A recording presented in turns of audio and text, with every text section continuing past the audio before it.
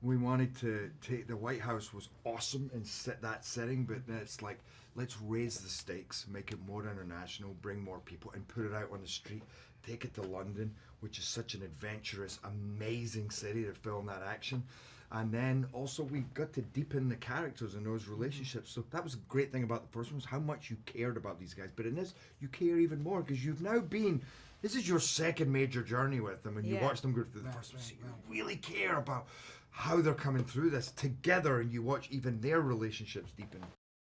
Usually in a in a movie like this, as intense as this is, as as thrill ride as it can be, sometimes some of that can get lost, but not in this. It was able to coexist together in such a wonderful fashion. Yeah. So that is a big surprise, and not a big surprise, but it was a big accomplishment. Some of the things that you enjoy about our relationships in the first one, the very fact that we didn't get to examine some of that. So you enjoyed this side, but for instance, now we're through it. We're actually on even better terms. Things are good. We're more emotionally involved because I'm having a baby. She's going to be the godmother. And then with me and the president, we actually, that first story was about redemption. I wasn't with them most of the movie. Now you get to see what is it like when they're buddies and I'm doing them one big last favor, but at the same time, we're now on the road and my life is in his hands as much as his life in my hands. And how much fun that leads to, and humor, and two guys just, kind of really geeing each other up the whole time. You go in the first movie, you're still examining. You go, well, okay, let's make Mike funny. We'll throw in this and that. Yeah. And then when you know it works, that's one of the great things about reprising the characters. You go, okay, we know this works. Where can we take it now?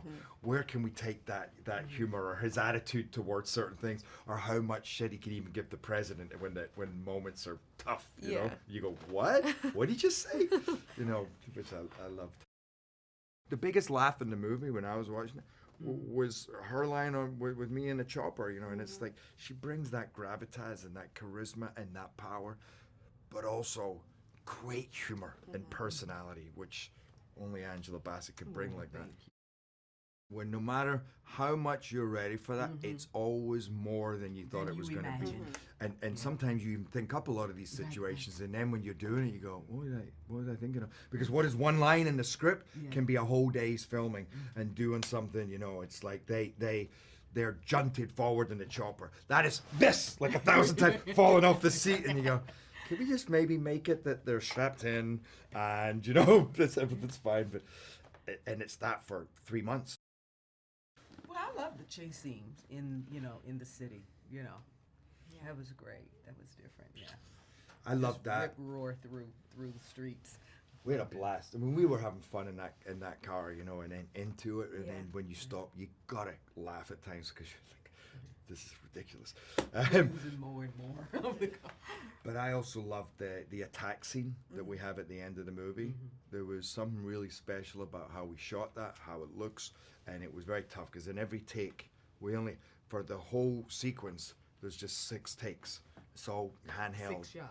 6 shots. 6 shots. Yeah, more than 6. No, actually, some of them we did in less than that.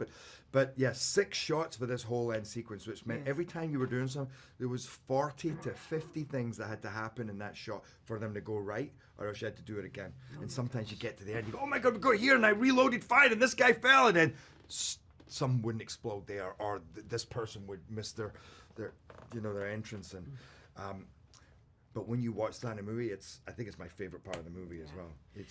You're like, oh my God, you're so in it. Adrenaline like you've never known it, like you've never seen it. Bigger, badder, than the last, and complete satisfaction. One of the most visceral Complete experiences satisfaction. they'll ever get out of an action thriller. But yet again, what we really pushed for is that heart and that emotion, as well as bringing it down and grounding it in some kind of gritty realism and truth.